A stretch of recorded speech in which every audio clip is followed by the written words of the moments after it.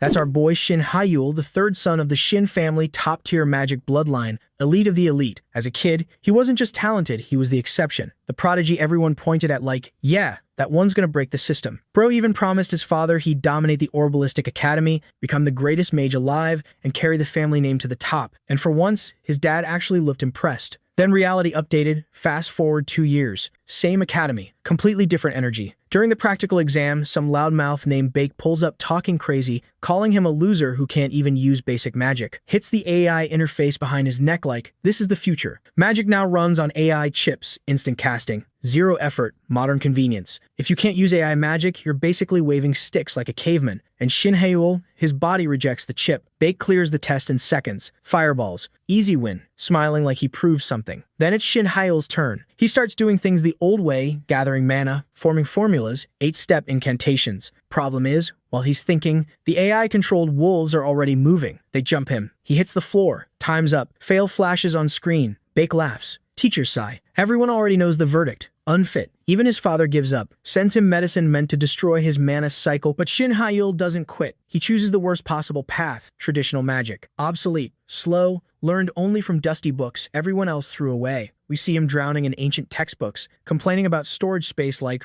why aren't these e-books? And that's when he finds the book. Old, ornate, different. The handwriting's a mess until he realizes whose name it is. Batenno, first Grand Mage, creator of all magic, the original maniac. The moment he opens it, the room explodes with light. Ancient power erupts. Reality shakes. And Shin Hyul's last thought is pure disbelief. A voice that sounds like it's echoing up from the bottom of a 1,000-year-old well. To the one who shares my constitution and can hear my voice, I, Batenno, leave this book to you. A flickering, holographic image of a stern-looking dude in ancient robes materializes, holding out the very same book. Shin Hyul's brain short-circuits. The voice from the book. He flashes back to the practical exam field, humiliation still fresh. The teacher's announcement. The students who failed the practical exam today will need to attend remedial classes. The snickers from the crowd. Huh, someone failed. It's that guy. The one who even got rejected by AI. Shin Hyul's thought is a bitter pill. I, who could only endure, powerless, had no idea I would be revived. Cut to the next day. Academy cafeteria. Shin Hyul is sitting alone, a certified loner, when a tray slams down opposite him. Eating alone again today, a voice says. Shin Hyul looks up. Yeah, did you come? This is Junho. He looks like a friendly, slightly dopey jock, but don't let that fool you. The guy is cracked, top 10 in the academy, became a third circle mage at 18. He's also the only person in this entire shithole Shin Hyul can actually call a friend. Junho grins, poking at Shin Hyul's food. Ah, that looks too good. His tone turns serious. If there's anyone bullying you, just let me know. I will deal with them. Shin Hyul waves him off. Nah, I'm good. He leans in, lowering his voice. I found a weird book yesterday. A strange book where everything after the preface is blank. Oh, it's a book about Batenno. I think the other kids messed with it. When I opened it, it glowed and I heard voices. Junho whistles. You say it even used magic. That's some serious effort. So, what's it about? Shin Hyul hesitates.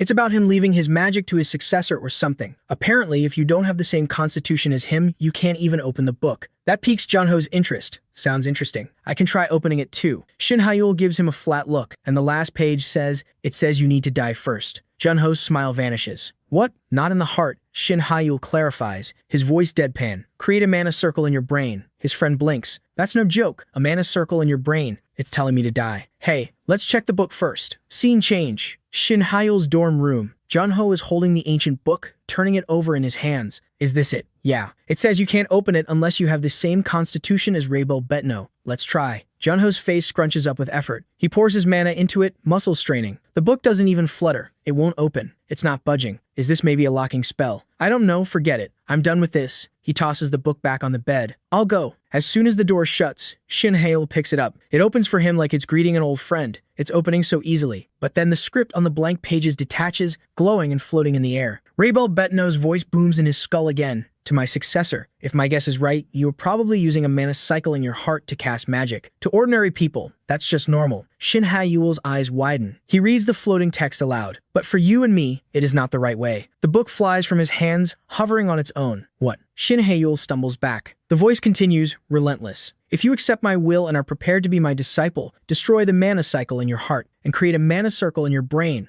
A surge of alien energy, cold and sharp, lances straight into Shin Hyeul's forehead. The book snaps shut with a final thud and a final command. Open this book again. Shin Hyeul is left panting, sweat on his brow. What a bad joke, he mutters to the empty room. It's still forcing me to create a mana circle in my brain. His training screams the warning. Mana, the source of magic, is toxic to the brain. If mana enters the brain, the mind collapses. In the worst case, it leads to brain death. The conclusion is grim. Yeah, this clearly means it's telling me to die quickly. He collapses onto his bed, exhausted. Who would do something like that? The next morning, desperation drives him to his instructor. Student Shin Hyeul, what's going on? Instructor, can you check this book just once? Shin Hyeul holds it out. The teacher takes it, squinting. The book, it's written in ancient script. He thumbs the pages. It does feel like it's quite old, so what do you want me to check? Just open it for me. And, can you check if it's sealed by magic? Sealed. The teacher looks skeptical. Focusing on rumors isn't good for your studies. I will check it, but you should focus on your academics. He closes his eyes, a faint aura of detection magic shimmering around his fingers. A moment passes. There is no trace of magic in this book. He hands it back, dismissive. Forget about the rumors and focus on your studies. Thank you, Shin Hyeul says, but inside, his last hope curdles. I was hoping for even the slightest possibility. Even Junho, who has high magic power, and the teacher couldn't open this book. The thought that follows is terrifying in its simplicity. Then there is a possibility it could be real. That night, in the silence of his dorm, the weight of the choice settles on him. He looks at the book. Then, with trembling hands, he pulls out a small pouch of pills. This medicine my father sent me. If I take this, the mana cycle in my heart will be destroyed. His father's voice echoes in his memory. Forget magic and focus on magic theory. Shin Hyeul's jaw tightens. I'm not giving up on magic. His hands shake violently as he pours the pills into his palm. He steels himself. Don't be scared. Anyway, my life was already on the edge. In one swift, decisive motion, he throws the pills into his mouth and dry swallows. He sits there in the dark, waiting, the only thought in the consuming silence. Am I going to die today? The medicine hits Shin Hyeul's system like a sledgehammer to the chest. He doubles over, hand clawing at his shirt. It hurts. He grinds out. The feeling is visceral, like internal bones snapping. The mana cycle linked to my heart is breaking apart. This pain is the death of a magician, but in the middle of that agony, a single, defiant thought ignites. But from now on, it's a forbidden challenge. Circulate mana through the brain. Until now, I've just been living. Now I live again as a mage. He remembers the book's insane instructions. Trembling, fighting against every instinct, he forces his consciousness inward. He visualizes the shattered energy from his heart and tries to reroute it upwards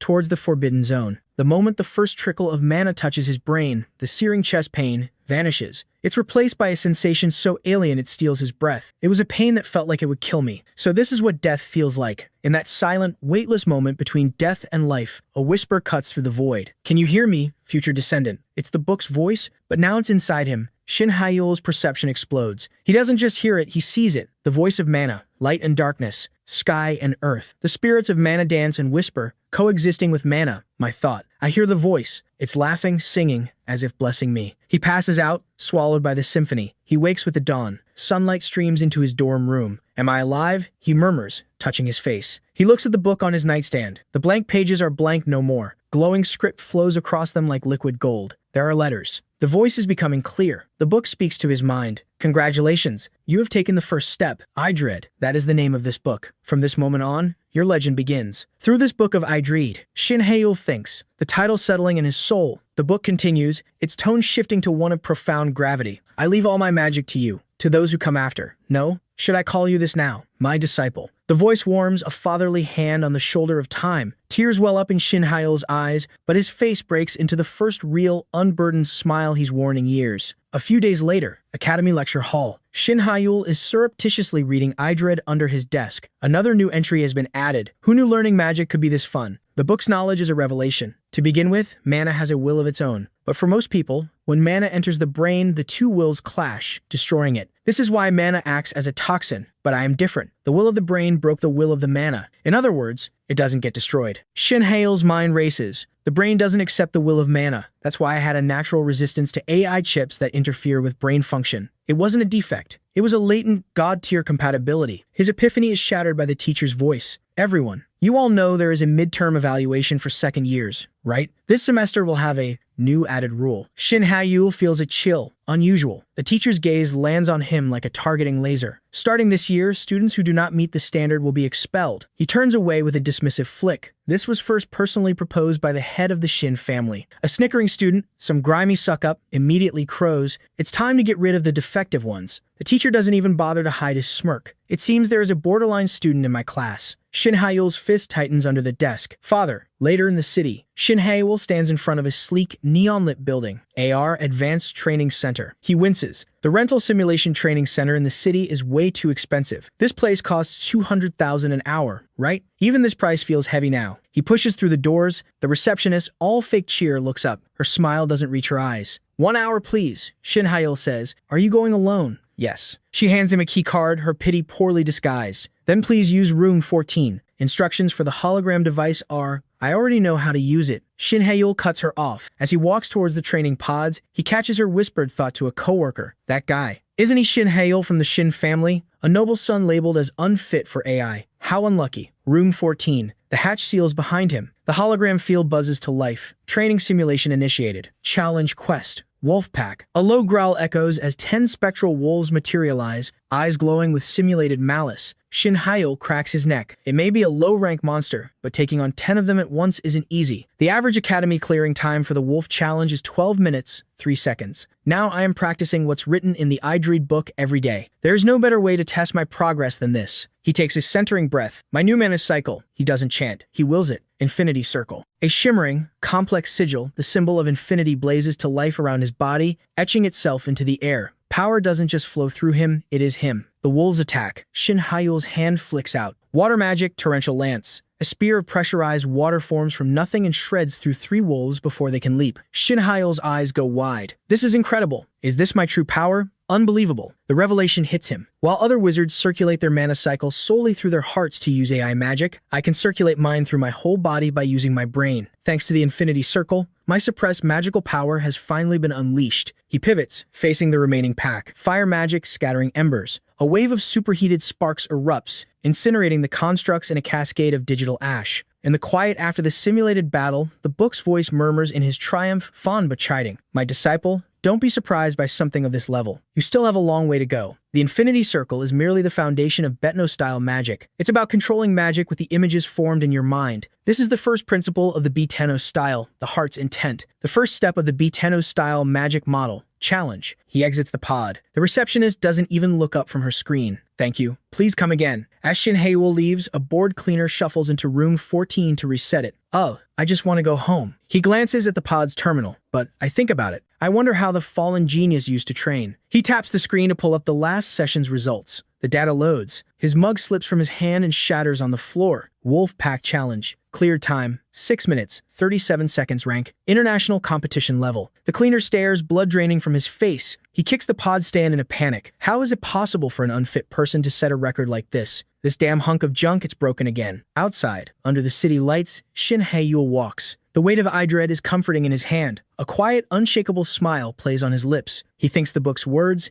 and they are no longer a promise but a fact. This was the beginning of a legend. Shin Hae-yul's deep in the grind now, wrestling with the Infinity Circle. The theory in Idred isn't just advanced, it's alien. When forming the first circle, it was a real struggle. The records in the book, entirely different from the magic I've learned. The book's instructions are maddeningly vague. Mana is in your arms and legs. Your heart and mind move as you wish. My thought, what does that even mean? Shin Hae-yul's frustration is a tangible thing. To find enlightenment with such vague words is like there's a thought hidden behind a transparent curtain. As if I could grab something, but I can't. He knows the academic term for this wall he's hitting. In magic studies, they call this the world of enlightenment. When mages confront the limits of their magic, they reach the wall. And this has been true in every era. For now, he brute forces it. He focuses on the basic drill, circulating mana through his entire body, not just the heart. Meditation, repetition, doubt. Is this really enough? He thinks, hours slipping by. By the time he snaps back to awareness, he's been at it for 10 hours straight. The kicker? Normally this would be exhausting enough to make me lose consciousness, but strangely, it didn't feel that way. The new brain-based cycle is viciously efficient. Morning hits, and with it, Junho. "Good morning, Shin Hae-yul." His friend slaps his back, then frowns. "Hey, why do you look so drained again? Are you okay?" Shin Hae-yul forces a smile. Being constantly aware of mana circulation isn't easy. I want to get used to this new mana circle quickly, to use it skillfully. The memory is a bitter contrast. When I achieved this second circle at 12 years old, they called me a prodigy. My father had high hopes. Now the reality is humbler, yet crackling with hidden potential. Now I can only manage to form a first circle in my brain's mana cycle. He needs a breakthrough. What's the best way forward? Breaking the wall of enlightenment is essential to advance in magic. His father's voice from a time of warmth echoes, perfection is just a chain. Perfection is a lie born from human arrogance. Shin Haeul's eyes snap open. Perfection is a lie, he whispers. He sits back down, the phrase unlocking something. He lets go trying to force the mana into a perfect circuit. Instead, he just feels it. Mana is in my arms and legs, and my heart and mind move as my wish. On impulse, he activates a fire spell, not with a rigid formula, but with a thought, imperfect, a free imagination. The flame that blossoms in his palm doesn't just burn, it dances. He thinks of a bird and a wing of fire flaps. He imagines a unicorn, and a horn of flame spirals upward. His breath catches. AI magic uses shortened incantations to activate spells. That method has consistency. But the approach recorded in this book, it's about becoming one's thoughts. A spell that can even change its shape freely. A spell that can ignore the algorithmic structures of magic formulas. He plays with the fire, shaping it, feeling the drain. Though I am still only at the first circle, it's pretty exhausting physically. I can't believe I can use such impossible magic. He clenches his fist, extinguishing the flames. A fierce smile touches his lips. I'm breaking past the wall of enlightenment, reaching toward greater heights. The next day at school, the hammer drops. His teacher finds him. Shin Haeul, you have a visitor. A visitor? Yes, the teacher says, his expression unreadable. Your father is here to see you. Shin Haeul's blood runs cold. They walk to a private meeting room. His father stands by the window, a silhouette of absolute authority. The teacher bows. I brought Shin Haeul. Leave us. As the door shuts, Shin Haeul finds his voice. It's been a while, father. His father turns. No greeting, no warmth. Seeing that you are attending school, it seems you haven't taken the medicine I sent. Shin Haeul stands straighter. Yes, but recently I have made progress in my magic, he thinks. But the words die in his throat. Progress. His father cuts him off, voice like ice. Progress is still chasing a hopeless dream. I see. Yes, Shin Haeul insists, defiance hardening his tone. I am determined to become a grand magician who leads this era. For a fleeting second, something like shock flickers in his father's eyes. It's gone instantly, replaced by cold disappointment. Shin Haeul, you have already wasted a year. It's time to face reality. He steps closer, his presence suffocating. No matter how hard you work now, or what you accomplish in the future, as long as you reject AI magic, you will never become a proper magician. He pauses, as if offering a final, contemptuous mercy. Still, you have a unique talent for theory. If you give up on pointless ideals and study magic theory properly, even as a misfit, you can make use of your talent. Shin Haeul doesn't flinch. His reply is quiet, final. As I mentioned before, I won't give up on magic. He meets his father's gaze, a determined fire in his own.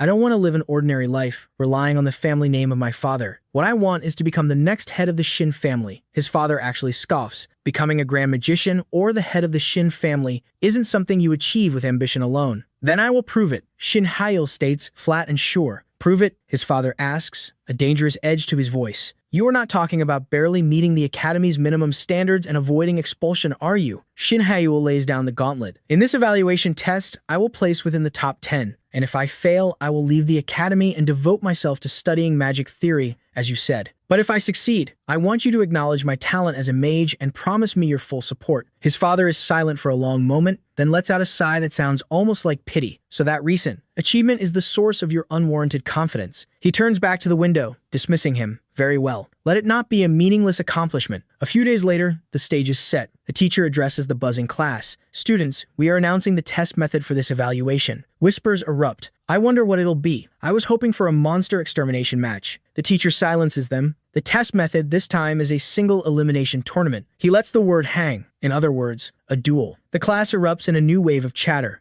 Dueling is raw, personal, and utterly public. The test will take place over 3 days. Starting from the round of 16, executives from businesses and members of the Magic Tower will be in attendance as spectators. Everyone, do your best. That is all. As the chatter rises around him, Shin Haeul doesn't join in. He just sits there, a calm settling over him, deep and still. He thinks one thing, and the thought is a vow. Now it's time to show what I'm capable of. The classroom erupts the second the teacher leaves. A duel. I heard even the Magic Tower is coming. That's really amazing. Shin Haeul listens to the buzz, his mind clicking into strategy mode. The whole school is buzzing with excitement about the midterm verification. If the Magic Tower is coming, it will even get media attention. The Magic Tower. Just the name carries weight. An organization of 12 high-class mages worldwide. It holds power equivalent to a nation. Every academic student dreams of joining it. His tactical thoughts are cut off by a voice dripping with fake concern. Hey, defect. Shin Hyul doesn't need to look, he knows. This guy is Bake, an upper-class student in his second year, though insufferable is too kind a word. Bake swaggers over, his posse snickering behind him. How's your condition, Shin Hyul? He gets right in his space. Just heard. The first match of the midterm evaluation. I'm paired with you. A nasty grin spreads across his face. You know you're screwed, right? He leans in, voice dropping to a venomous whisper. I will get proper revenge for what happened 5 years ago. The memory flashes for Shin Hyul. 5 years ago. The Junior Magic Tournament Finals. That guy lost miserably to me, and I have been given the nickname Lunar Wizard by the world. The fall from that height made the landing that much harder for Bake. Then that guy found out I was an AI misfit. He's been harassing me relentlessly ever since.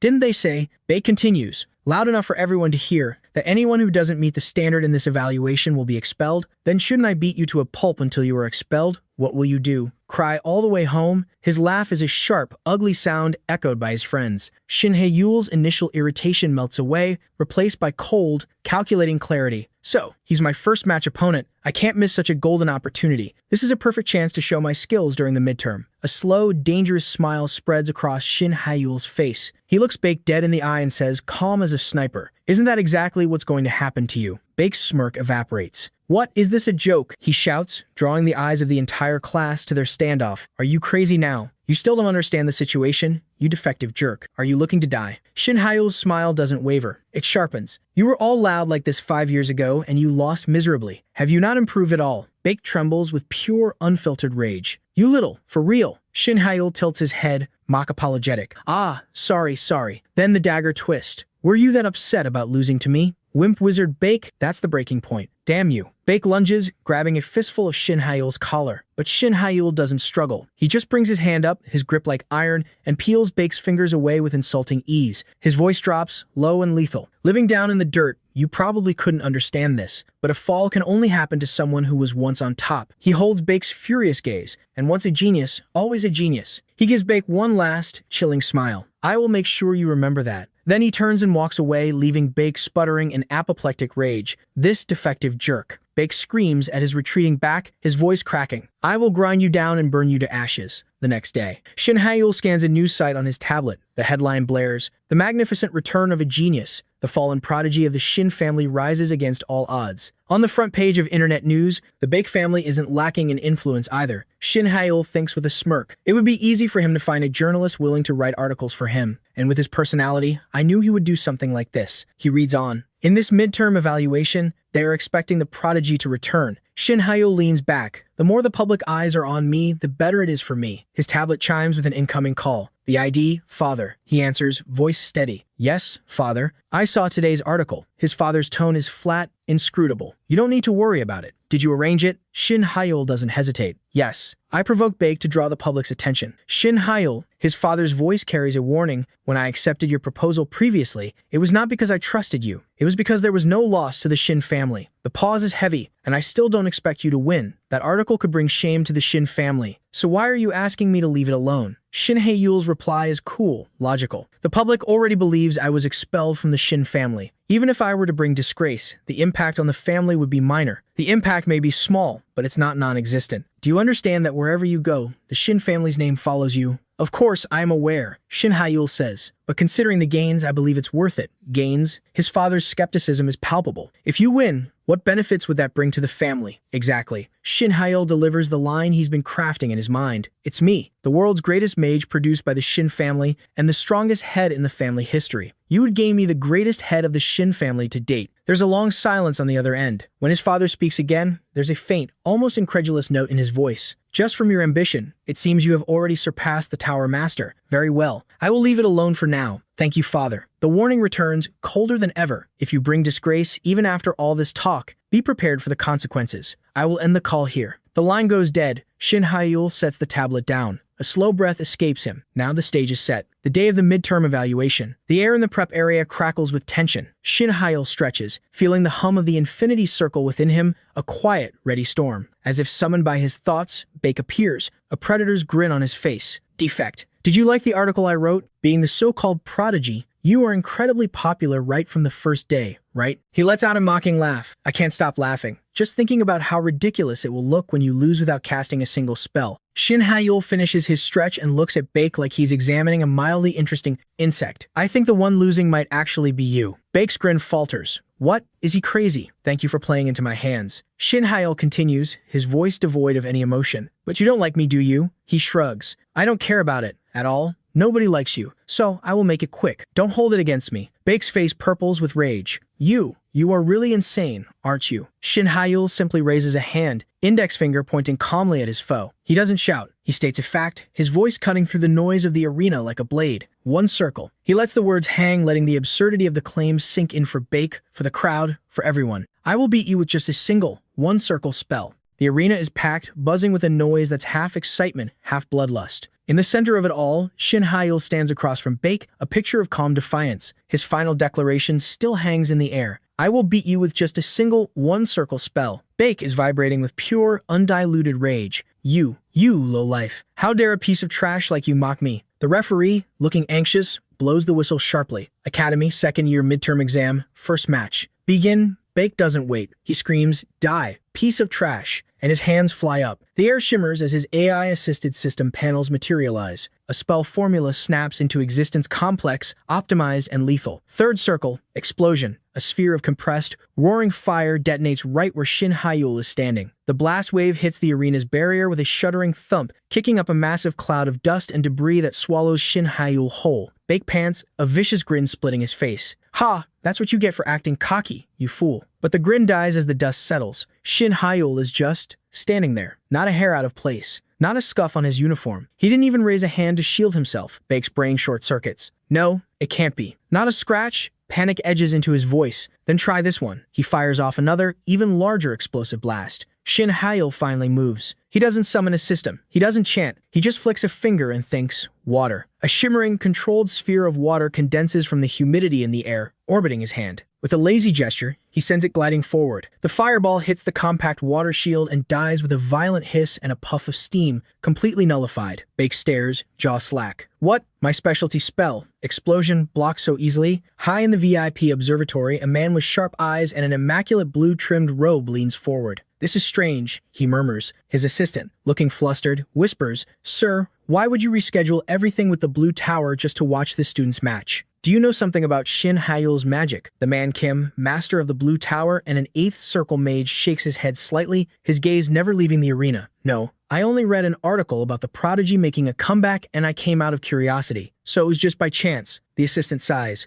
Even so, if it's known that the Blue Tower's leader, an 8th circle mage, came here to watch a student's match, there will be a huge uproar. That's why I'm using the VIP room. Kim replies, a faint smile touching his lips. His eyes narrow, sensing something in the energy fluctuations below. Oh, it seems you are here too. Little genius. Back in the arena, Bake is having a full-blown crisis. What the hell is going on? He blocked my 3rd circle explosion with just a 1st circle water spell, and his casting speed is abnormally fast. Shin Hae-yul's voice cuts through his panic, cool and mocking. What? Curious about my casting speed. Shut up. Bake roars, dignity gone. Just die already. He unleashes a barrage of smaller explosive orbs, a desperate sprawling attack. The arena floor on Shin Hae-yul's side is pockmarked with craters. Smoke fills the air. Bake sneers, trying to reclaim his confidence. Hey, idiot. I could tell from the moment you started showing off with just a 1st circle spell. How pathetic. His words choke off. Shin Hae-yul walks forward, stepping out of the smoke as if strolling through a light mist. Unscratched. Again, where does a trash like you think he's going? Shin Hae-yul asks, almost conversationally. Then he attacks. Not with fire or water. He simply flicks his wrist. Wind spear, a compressed lance of air, invisible until it distorts the light, whooshes past Bake's head, slicing a lock of his hair before embedding itself in the barrier behind him with a sharp crack. Bake freezes, a cold sweat breaking out. What? When did he cast the wind spear? And my attacks aren't leaving even a scratch on him. Why isn't he affected at all? Really? Shin Hae-yul asks, tilting his head. You think I'll need more than a 1st circle spell? He doesn't wait for an answer. Arrow. A simple, glowing arrow of pure mana forms and shoots toward Bake. Bake blocks it with a hasty shield, a shaky laugh escaping him. What the hell are you doing? Don't get cocky just because your casting speed got a bit faster, you piece of twip. A 2nd mana arrow, one he never saw cast, strikes the ground by his feet. Then a third grazes his arm, ripping through his sleeve and drawing a thin line of blood. Bake looks down at his torn uniform, then at the blood, then at Shin Hayo. His mind reels. When did he cast a wind spear behind me? You piece of trash. What the hell did you do? In the observatory, Master Kim's eyebrows shoot up. Oh,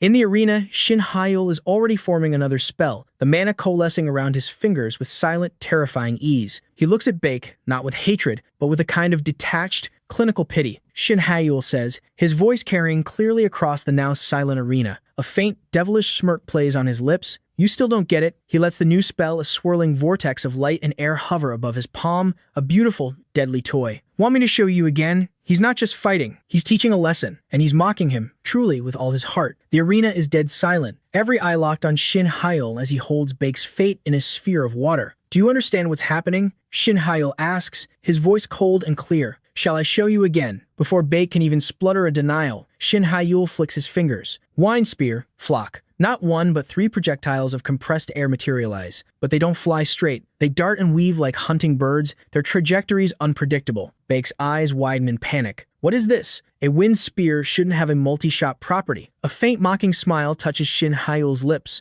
Right, it shouldn't, he shrugs. But I can do it. Instantly, he sends another volley. Try to block this. This time it's 4. The spectral birds dive. Bake screams, throwing up a hasty barrier. The impacts shudder against his shield. He grits his teeth. Even if it's just a one-circle spell, as long as I block it all thwack. A sudden, vicious impact jars him from behind, sending him stumbling forward. Pain blooms across his shoulder blade. He whirls around, but there's nothing there. One of the spears. It came at me from a bent trajectory. Shin Hayo's voice cuts through his confusion, dripping with disdain. Thinking is fine, but are you sure you want to stand there looking dazed? He doesn't let up. More wind spear birds coalesce around him, a shimmering, deadly cloud. The match, Shin Hayo states, has just begun. He unleashes them. They don't charge in a line, they fan out, some arcing high, others skimming low, converging on Bake from multiple angles at once. Damn it, this bastard. Bake swears, scrambling backward. A desperate plan forms. Magic power and range are proportional. If I create enough distance, his risky, unpredictable attacks won't reach me. He turns to sprint to the far side of the arena. Shin Hayo watches him flee,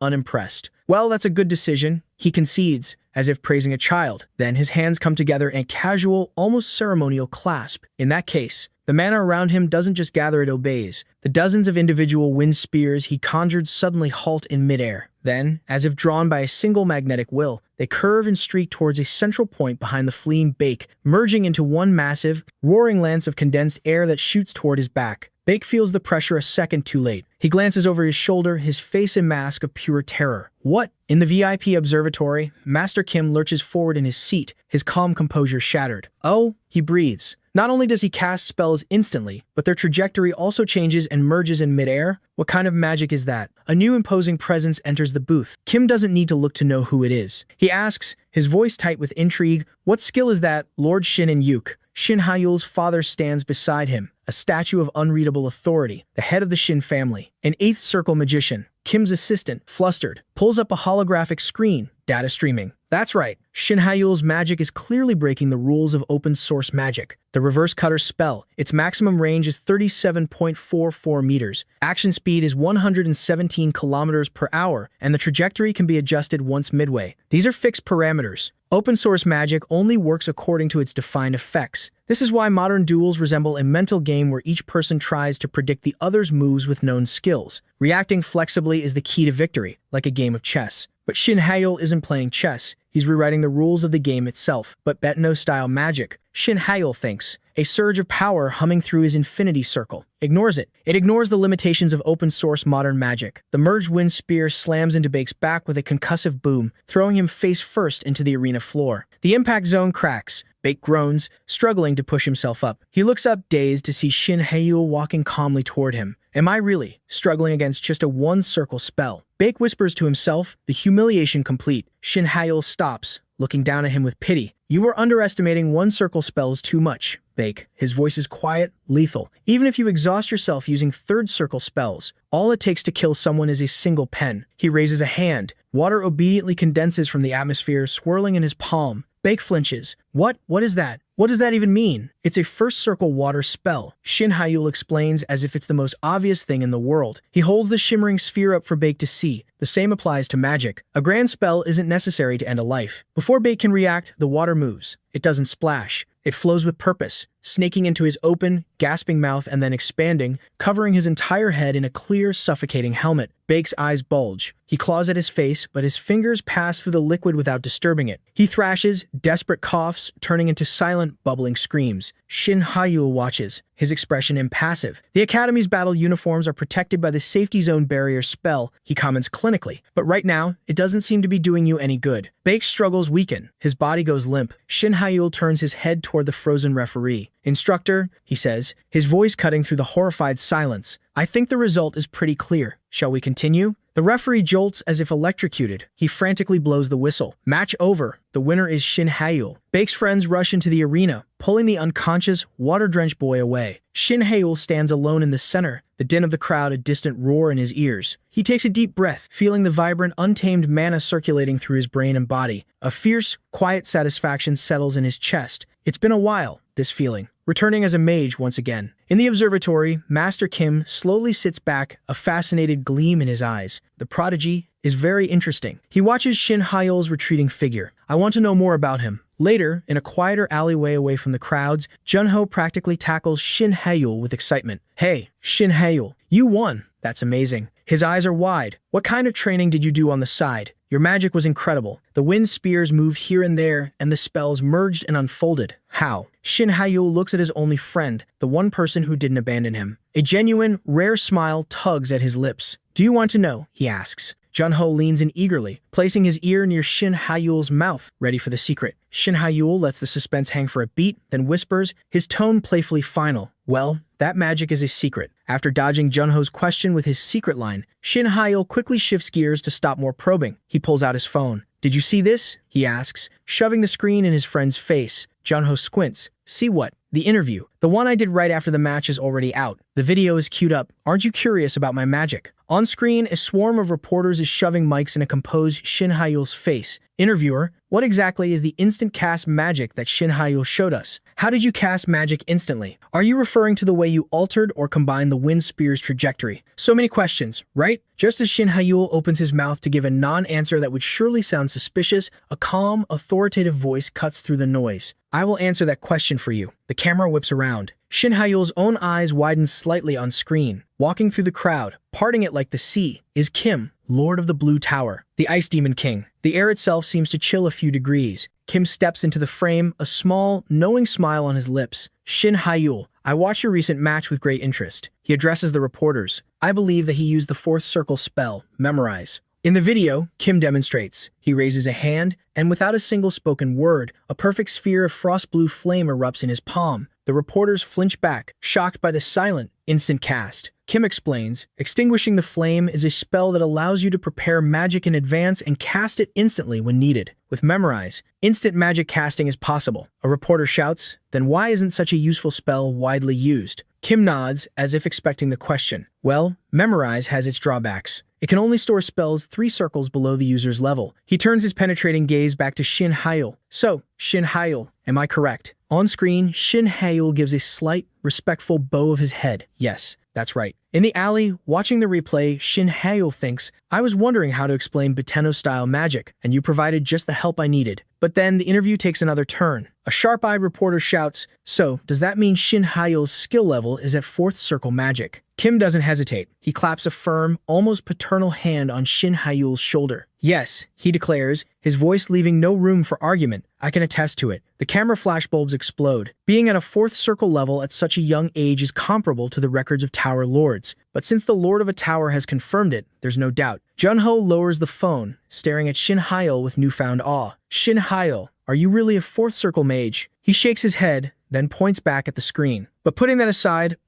look. In the interview, another reporter fires the dangerous question. How do you explain ignoring the rules of open source magic? Kim smoothly interjects again. Right, that's it. He gestures to Shin Haiyul, as if yielding the floor to a fellow expert. As for that, allow him to explain. On screen, Shin Haiyul doesn't falter. He meets the camera's lens, his expression one of cool confidence. Ignoring the rules of open source magic is surprisingly simple. He pauses for effect. I modified the spell formula. In the VIP booth somewhere off screen, the real Kim watching the broadcast likely chokes on his tea. Modifying the spell formula, that's impossible. It's like trying to add flight instructions to a car's blueprint. A flicker of genuine shock and profound curiosity crosses his features. If he weren't an AI incompatible, I wonder what his future could have held. Shin Hae-yul, in the interview, continues. He raises a hand, and in his palm, a simple light spell doesn't just glow, it morphs. It twists and reforms into the shape of a delicate, fluttering butterfly made of pure mana. From now on, he announces, I will call these modification spells.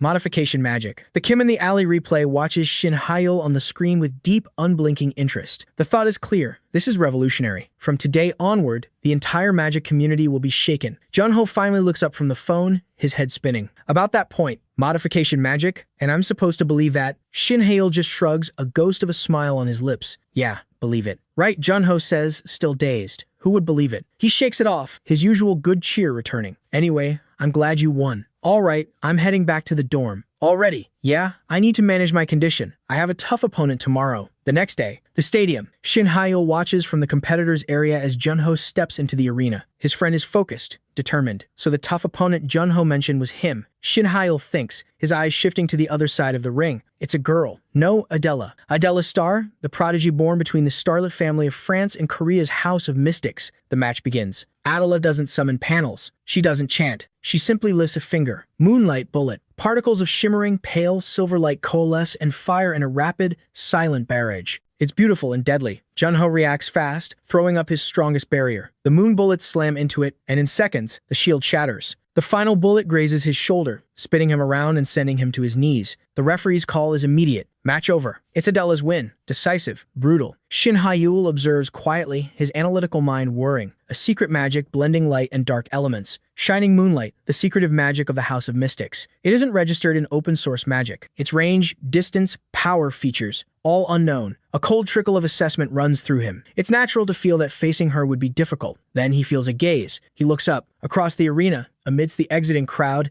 Adela is standing perfectly still. And she's not looking at her defeated opponent or the cheering section. Her eyes, cool and luminescent as the magic she wields, are locked directly on him. Is she looking at me right now? After the match, a dejected but resilient Jun-ho finds Shin Hae-yul. Damn it, he mutters, accepting a proffered energy drink. Good job, Shin Hae-yul says. Don't beat yourself up. To face Adela as an opponent, talk about bad luck. Did you win your second match? Of course. So that means your next opponent is a clear, melodic voice interrupts them. Nice match earlier. It was a good fight. They turn. It's Adela. She stands there, an aura of serene power around her. Jun-ho manages a polite smile. Oh, thanks. I learned a lot too. But Adela's attention isn't on him. Her gaze has already shifted, pinpointing Shin Hae-yul with unnerving accuracy. The air between them seems to still. Shin Hae-yul, she says, his name leaving her lips like a pronouncement. Her eyes hold a challenge, a memory, and a profound purpose. Returning to the way a mage should be, is right. She takes a half step closer, her voice dropping, meant for him alone. My reason for enrolling in this academy. I hope you help me remember it. The history between Shin Hae-yul and Adela isn't some random classroom meet cute. This is legacy business. The Shin family and the House of Mystics go way back alliances, politics, the whole high society magic circuit. Because of that, Shin Hae-yul and Adela have been crossing paths at stuffy galas and ceremonial tournaments since they were kids. If you had to label their relationship in one word, rivals, pure and simple. Adela was so committed to the competition that she skipped studying in freaking France and enrolled at Orbalistic Academy, just to be in the same arena, just to surpass him. But then the floor dropped out. Shin Hae-yul got the AI incompatible stamp. Overnight, the rival she'd poured her ambition into was declared broken, obsolete. For Shin Hae-yul, it was a personal catastrophe. For Adela, it was like training for a marathon only to find out your only competition quit running. They haven't spoken since. She lost her goal, so when she approaches him now, Shin Hae-yul's reply is laced with that old history. A bit late, don't you think? I am not yet someone worthy of being your goal. Adela doesn't flinch, she just turns, throwing the words over her shoulder like a gauntlet. We'll see about that once we fight. The moment she's gone, Jun-ho whirls on Shin Hae-yul, eyes wide. Hey, are you sure you're ready? Shin Hae-yul, genuinely puzzled, looks back. Ready for what? Are you asking because you really don't know? Jun-ho points frantically at the posted bracket. Your next opponent is Adela Starlet. Shin Hae-yul's blood runs cold for a second. What? The next day, the main stadium. The energy is electric, but it's curdling into impatience. Adela stands poised in the center of the arena, a vision of calm, lunar grace. The clock is ticking. The students in the stands start buzzing. Where is Shin Hae-yul? Did he chicken out and run? Ah, figures. In the interview, he was all talk about his modification magic. In the end, it was just talk. Isn't it obvious? He probably realized he couldn't win against Adela and bailed. Even the referee checks his watch, his expression turning sour. He raises his hand.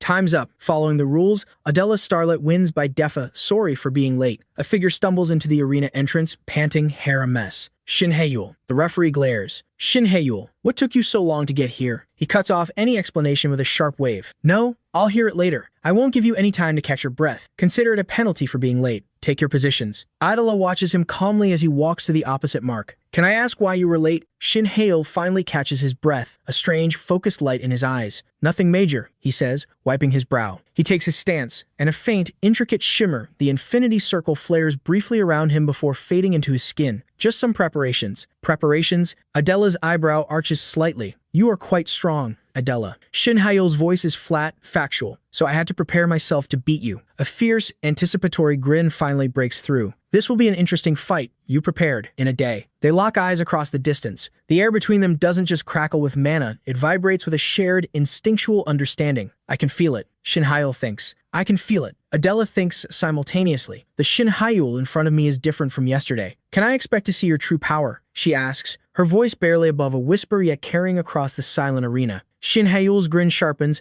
Let me tell you in advance, he says, raising a hand. You will have to go all out from the start. The referee's whistle shrieks. Begin. Adela doesn't test the waters. She goes for the throat. Flame revolver. A dozen orbs of condensed solar fire, not the soft moonlight of before, but brutal. Noonday sunfire bloom around her and unleash in a rapid-fire barrage. Shin Hae-yul doesn't dodge. He flicks a wrist. Wind wall. A vertical plane of howling wind erupts in front of him. The fire bullets slam into it, distorting and scattering, their force dissipated into harmless embers. Adela's eyes narrow. She doesn't pause. Her foot stamps the ground. Earth needle. The arena floor in front of Shin Hae-yul erupts, not with boulders, but with a dense thicket of sharp, stone spikes shooting upward like spears. Shin Hae-yul's only option is up. He leaps, twisting in mid-air to avoid the impaling forest. Adela's hand is already raised, waiting for this exact moment. A cruel, tactical smile touches her lips. Being in mid-air, you can't dodge this. Arrow impact. A single, massive projectile of solidified magic like a ballista bolt made of pure force fires straight at his defenseless, falling body. Most people would think that. Shin Hae-yul thinks, watching the killing blow streak toward him. Even if you know it's coming, you can't avoid this. But Shin Hae-yul isn't most people. He doesn't try to cast a counter spell. He thinks a platform into existence. A shimmering hexagonal plane of hard light barrier materializes beneath his feet in mid-air. Thum. He lands on it, crouching, as the arrow impact screams harmlessly beneath him. The collective gasp from the student body is a physical sound. A defensive barrier magic. In mid-air? No way. Adela's composure finally cracks for a split second. Wait, what is that? He flipped the barrier and used it as a platform? A spark of fierce recognition ignites in her eyes. Shin Hae-yul, still the same, that unique magic sense. Shin Hae-yul stands up on his temporary platform, high above the arena. He looks down at Adela, at the secretive, unpredictable moon element magic of the House of Mystics shimmering around her. His mind is cold, clear, and racing with calculations from the Idred book. To counter that, I will need to use everything I have. The infinity circle glows visibly beneath his clothes, a network of light spreading across his body. The ambient mana in the stadium begins to stir, drawn toward him. To make this happen, he raises both hands to the sky, not at Adela, but as if summoning something from the heavens themselves. I will even bring the sun to this battle. The arena isn't just a battleground now, it's a chessboard. And Shin Hae-yul just made his most audacious move yet. The moment he resolves to bring the sun into the fight, he doesn't summon a giant fireball. He uses it as a blinding tool. The infinity circle flares, and he focuses ambient light, reflecting and intensifying it straight at Adela's position. The sunlight. Adela hisses, her eyes instinctively squeezing shut against the sudden, amplified glare. I have no choice but to defend. She throws her hands up, conjuring a massive, shimmering great shield of layered barrier magic in front of her, a solid, third circle defensive spell. But Shin Hae-yul's real attack isn't from the front. He's already moving. While she's blinded and hunkered down, he descends from his barrier platform. Not with a fall, but with a controlled dive. Arrow blade. A first circle wind spell. Basic. But in his hands, the air doesn't just sharpen, it forges.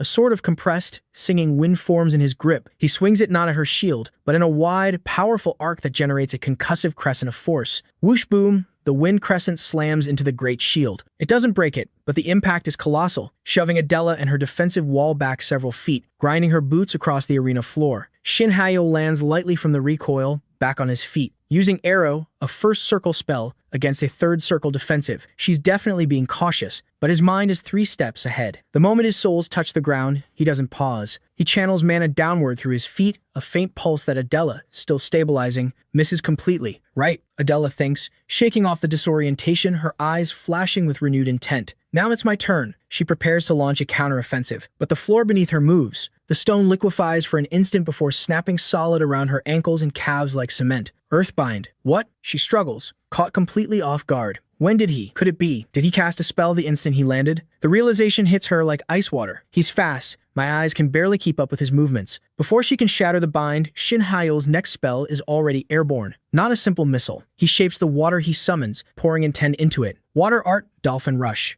A stream of water coalesces into the form of a sleek, powerful dolphin that surges across the arena, not with a splash, but with the focused momentum of a cannonball. Trapped, Adela has no choice. She reinforces her great shield, bracing. Impact. The water dolphin explodes against her barrier in a torrent of force and spray. The shield holds, but the strain shows it flickers visibly. Adela is sweating now, her breath coming harder. He is more manageable than I expected. Then she remembers. The interview with Tower Lord Kim. Memorize. He can only use spells 3 levels below his current circle. As a 4th circle mage, that means only 1st circle spells now. A flicker of analytical relief. A 1st circle spell can't take me down. That thought is still forming when the air behind her tears. A modified wind spear, one he precast and hidden in the glare and chaos of his own attacks, strikes her squarely in the back. There's no barrier there. The safety spell in her uniform absorbs the lethal force, but the kinetic impact is brutal and uncompromising. The air is driven from her lungs. The force pitches her forward, her shield winking out as her concentration shatters. She stumbles and hits the arena floor on one knee. Shin Hyeol stands before her, not gloating but stating a fact. His voice is calm, cold. Did you forget who you are fighting, Adela Starlet? In the VIP observatory, Kim's assistant is gaping. His battle instincts are beyond imagination. Lord Kim nods, a master dissecting a brilliant game. From the moment he evaded the first Earth Needle, Shin Hyeol had planned everything. By dodging into the air, he baited Adela's attack. Using the barrier as a platform, he climbed higher, shielding his figure in the sunlight, blinding Adela's sight. From Memorize, he set up a delayed wind spear. Then, while descending, he used the arrow blade and water art to focus her attention solely on him, making it seem like a ground battle with the Earthbind as a trap. And when he was in line with the sun, he launched the precast spear. A genuine note of admiration enters his voice. A grand strategy, executed with 1st circle spells. I now see why he's earned that title recently. Beside him, Shin Hyeol's father, Shin In-yuk, remains unmoved, his arms crossed. But at the end of the day, he states, his voice a low rumble of disdain, it's still just 1st circle magic. Look, he gestures to the arena. Adela is pushing herself back to her feet. The hit was solid, shocking, but not decisive. Her uniform is scuffed, her hair disheveled, but the fire in her eyes is brighter, fiercer than ever. Even in a favorable position, Shin In-yuk continues. He can't land a finishing blow. He cannot end this. His gaze sharpens, seeing what Shin Hyeol sees,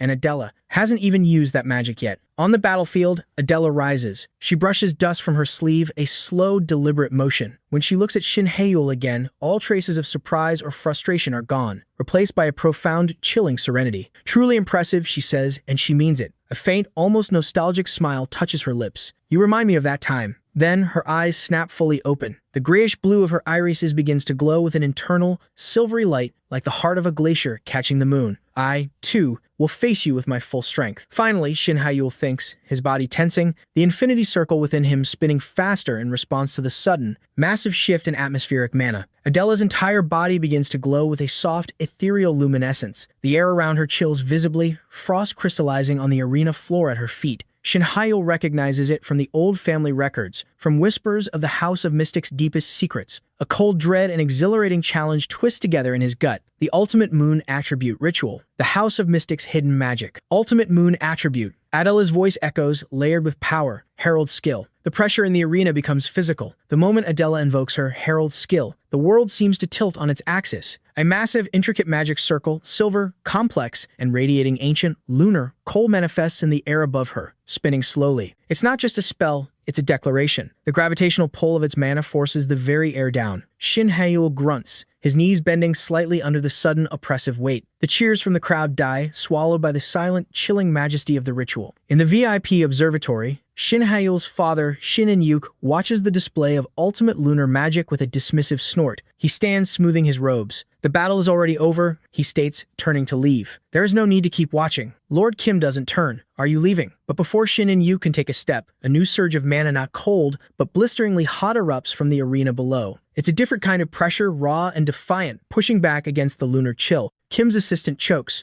No way. Kim's own eyes widen a fraction. They both look down. On the arena floor, Adela's triumphant focus breaks for a split second. Junho's jaw is on the floor. Every student is frozen in shock, because Shin Hae-il isn't kneeling anymore. He's standing straight, one arm raised to the sky. Above his palm, a second, blazing magic circle has ignited crimson and volatile, spinning in direct opposition to Adela's silver one. And from that circle, not a trickle, but a torrent of fire screams into existence. Second circle, flame volcano. A concentrated geyser of molten-looking flame erupts from the circle, not aimed wildly, but in a controlled, searing beam that slams into the very foundation of Adela's descending lunar magic. The two forces collide with a deafening hiss boom of steam and concussive force, lighting up the entire stadium in a duel of sun and moon. Adela staggers back a step, her perfect ritual disrupted, her eyes wide with genuine shock. A second circle spell, Memorize's limit was only up to spells one level below. Shin Hae-il meets her gaze across the chaotic energy field, a bead of sweat tracing his temple, but a fierce, confident smile on his lips. "I told you," he shouts over the roar of the clashing elements. "I was late because I was preparing to defeat you." Adela's analytical mind races,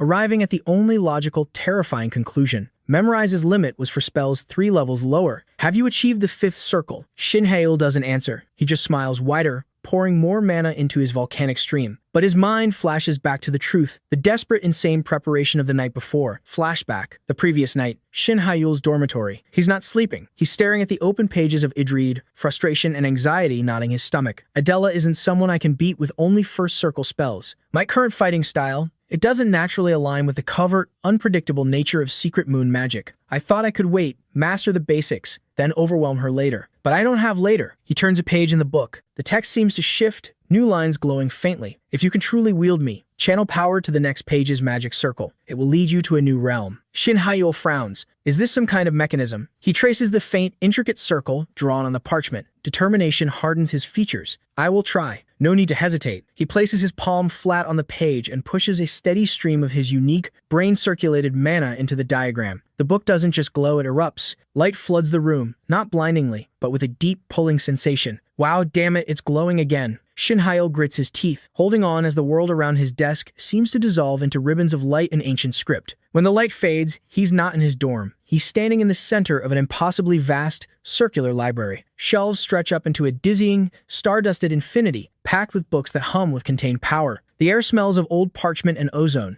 A woman materializes before him, composed of gently swirling light and knowledge. Her voice is calm, melodic. "Welcome to the page of the first trial." Shin Hae-il stares, turning slowly. "The first trial page?" "Yes," the guide Alpha says with a slight bow. "I am Alpha, the guide managing the first trial's page. This is the space inside the Idrid book." Shin Hae-il's mind reels. Inside the book? Not a teleportation to some distant place, an actual space inside the book. Unbelievable. Alpha continues, her form flickering like a serene hologram. "In this trial, we will test if your core is fully realized." She gestures to the endless library. "The trial instructions will be given at the start. If you pass, pages 18 through 31 will be updated with information on second circle magic." Shin Hae-il's heart skips a beat. "So I have to pass this trial to gain the path to the next circle. This is the shortcut." The desperate gamble he needed. Alpha's form begins to gently fade, dissolving back into the ambient light of the library. That concludes the explanation. Shall we begin the trial? Shin Hae-il clenches his fists, the infinite knowledge of Batenno around him. There's no hesitation. "Of course," he says, his voice firm in the immense quiet. "Let's start right now." "Understood." Alpha's voice echoes, growing distant. "We will now begin the first trial." And with those words, she vanishes into the midair, leaving Shin Hae-il alone in the silent, judging expanse of the ancestral library. The test and the key to beating Adela has begun. Back in the trippy, infinite library of the book, Shin Hae-il's trying to process. "I didn't think it would be a human, but I didn't expect it to be a magical entity either." Then a voice he knows intimately resonates through the space deeper, older, infused with the weight of millennia. It's not Alpha, it's the teacher. The original voice from Idrid. "Now, I will explain the trial." "Teacher." Shin Hae-il breathes out. In that moment, light solidifies in his hands. A crystal appears. It's beautiful and chaotic, flickering with 4 distinct warring colors: red, blue, green, yellow, all tangled together in a volatile dance. His teacher's voice continues, echoing. "The name of this gem is Elemental Manalite. It is an incomplete crystal with 4 mana attributes irregularly mixed together. Your task is to purify this gem completely." Shin Hae-il holds the trembling crystal, feeling the unstable energies fight within it. "Purify this gem completely." Elemental Manalite is an incredibly delicate gem. One must manipulate mana very carefully. He understands the insanity of the task instantly. Within the gem, the 4 types of mana exist in a state of chaos. And now I am supposed to purify it. It's like saying I need to separate sand, salt, sugar, and pepper from a mix perfectly. He lets out a low whistle. This is no joke. Certainly, only someone who has mastered heart's intent could purify this. A fierce grin cuts across his face, but it's going to be interesting. He doesn't hesitate. He closes his eyes, activating the core principle of the Batenno style, heart's intent. His consciousness doesn't just touch the gem, it becomes the landscape within it. He visualizes the 4 snarled streams of mana, each a different tempest. He starts painstakingly to align them, to tease apart the red fire from the blue water, the green wind from the yellow earth. It's mental surgery on a microscopic, magical level. He focuses, sweat beading on his brow in the timeless library. Just as he makes progress, threads almost separated. A violent feedback shock, like a mental lightning bolt, throws his consciousness back. He staggers, the gem flaring angrily in his hand. If the mana fluctuates even a little, there is a shock. The lesson is brutal. They are telling me to be very, very careful. The task feels impossible. Even trying to separate the mana, it's so hopelessly mixed up that it won't come apart easily. But Shin Hae-yul's stubbornness is his greatest weapon. But I think I have an idea how to go about it. He smiles, a glint of obsession in his eyes. I will try as many times as it takes. And he does. Without realizing the time passing hours,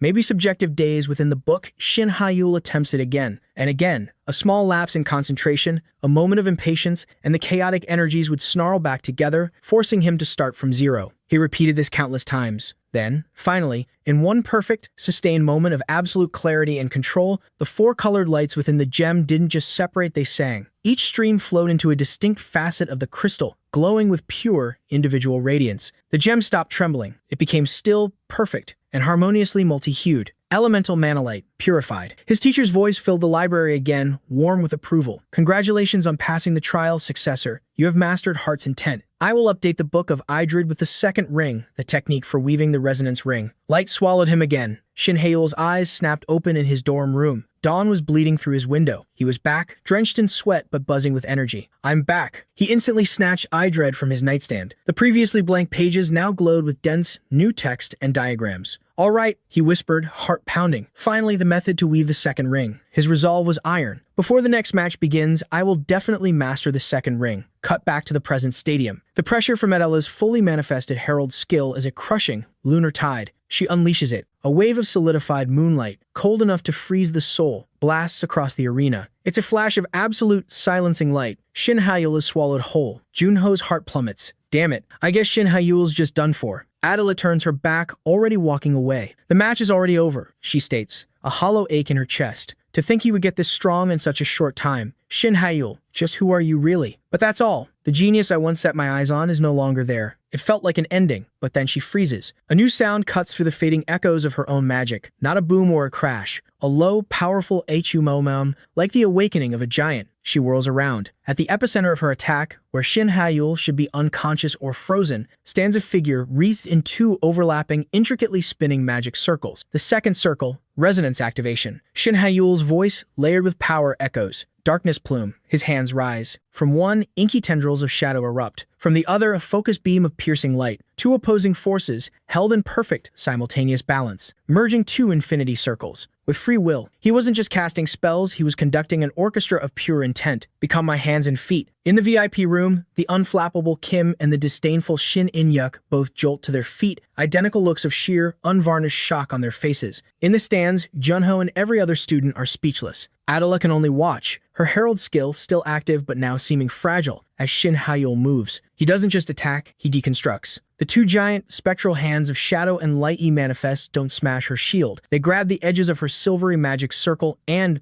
with a sound like tearing reality, rip it apart. Before the shards of lunar magic even fade, Shin Hae-yul's hands come together. The shadow and light merge, swirl, and transform. Plain Vulcan, Gatling array. Not a single stream of fire. A massive, rotating magical construct, a Gatling gun made of solidified spellwork materializes in the air before him. The barrels begin to spin with a terrifying mechanical whine. Adela's eyes widen. She throws up her strongest defensive magic, but she knows. I can't block it. The calculation is instant and despairing. In that final moment, as the Gatling spell unleashes a blinding, continuous barrage of multi-elemental bolts, she doesn't look at the attack. She looks at Shin Hae-yul, and a true, fierce smile touches her lips. She raises a hand, not in surrender, but in acknowledgement. You are back. Once again, will be my goal. The world dissolves into light, noise, and impact. The reporter ducks. The referee shields his eyes. No one can see anything. When the sensory overload clears, Adela is on her knees on the scorched arena floor, the safety barriers around her flickering and spent. Shin Hyul stands a few feet away,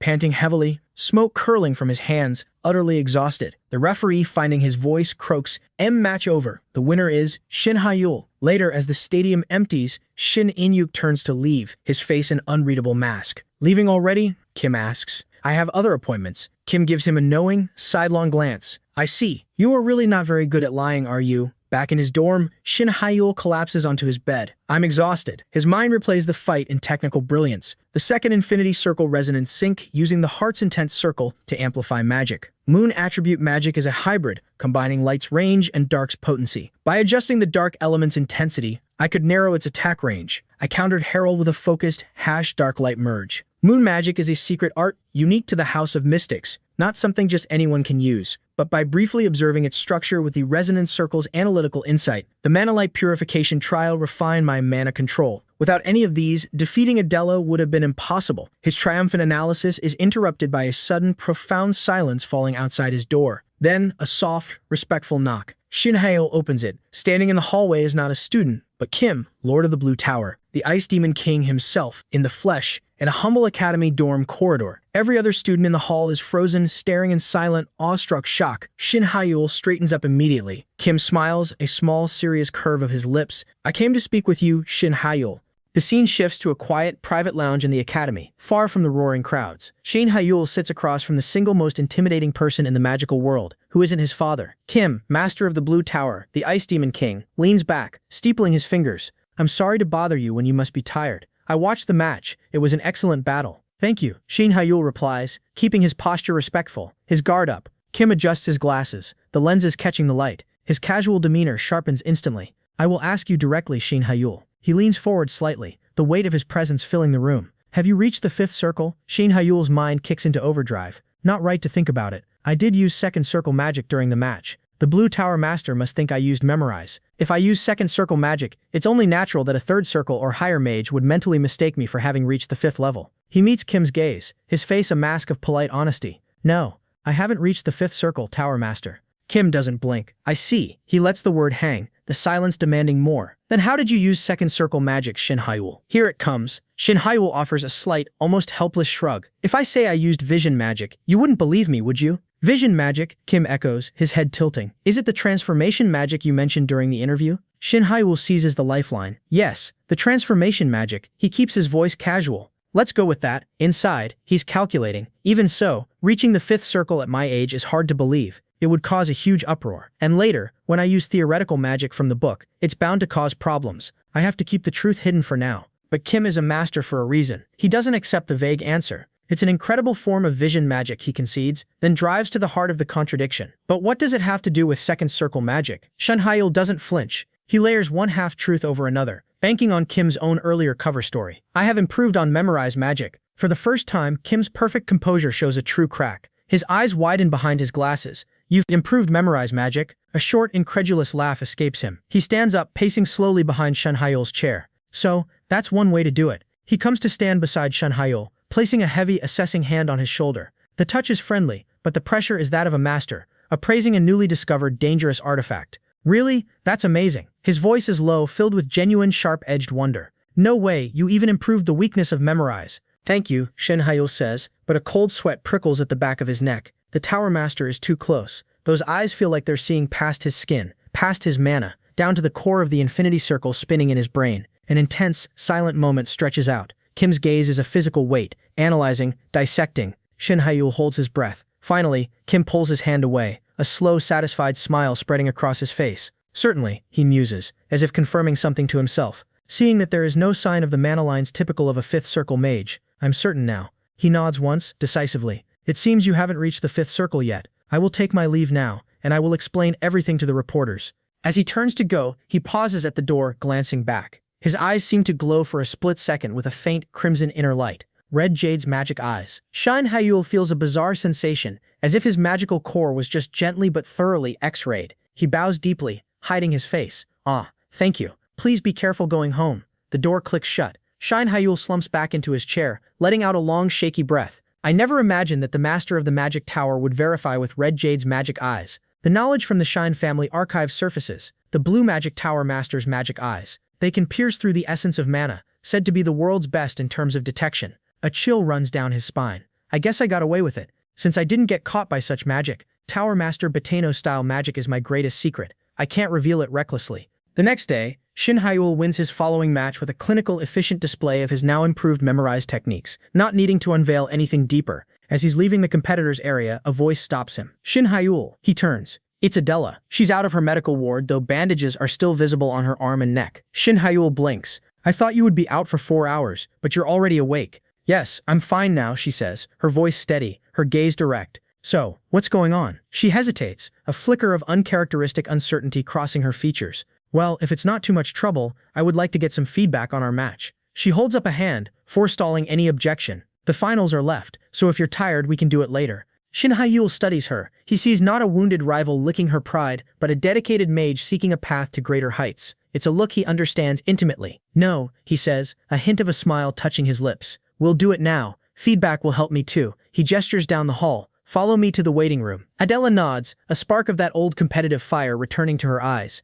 Just like the previous match, there is so much to learn in terms of strategy and magic usage, she thinks, watching his back as he leads the way. Someday, I want to be like that. Shin Hyul feels her gaze, feels the intense heat of her ambition and resolve burning behind him. It's not hostile, it's focused, it's the heat of a forge. The scene shifts from the Academy's noisy triumph to a place of cold, calculated power, the soaring headquarters of the Shin Group. A woman stands rigid in front of a wall-sized view screen, replaying Shin Hyul's victory and the ensuing media frenzy. Her knuckles are white. Damn it, she seethes, her voice a low, venomous whisper. I thought it was all over already. She whirls around. This is Sia Shin, the formidable eldest daughter of the family. Her anger is a palpable force in the sterile room. Brother, she snaps, her gaze piercing the man lounging in a sleek chair. Are you just going to leave Shin Hyul alone? The man Jihan Shin, the eldest son and presumed heir, turns a glass of amber liquor in his hand. He takes a slow sip. Then what are we supposed to do? Siwa steps closer, her voice dropping to a heated hiss. What if they bring back Shin Hyul to the family? You remember how things were a year ago. You know it better than anyone, brother.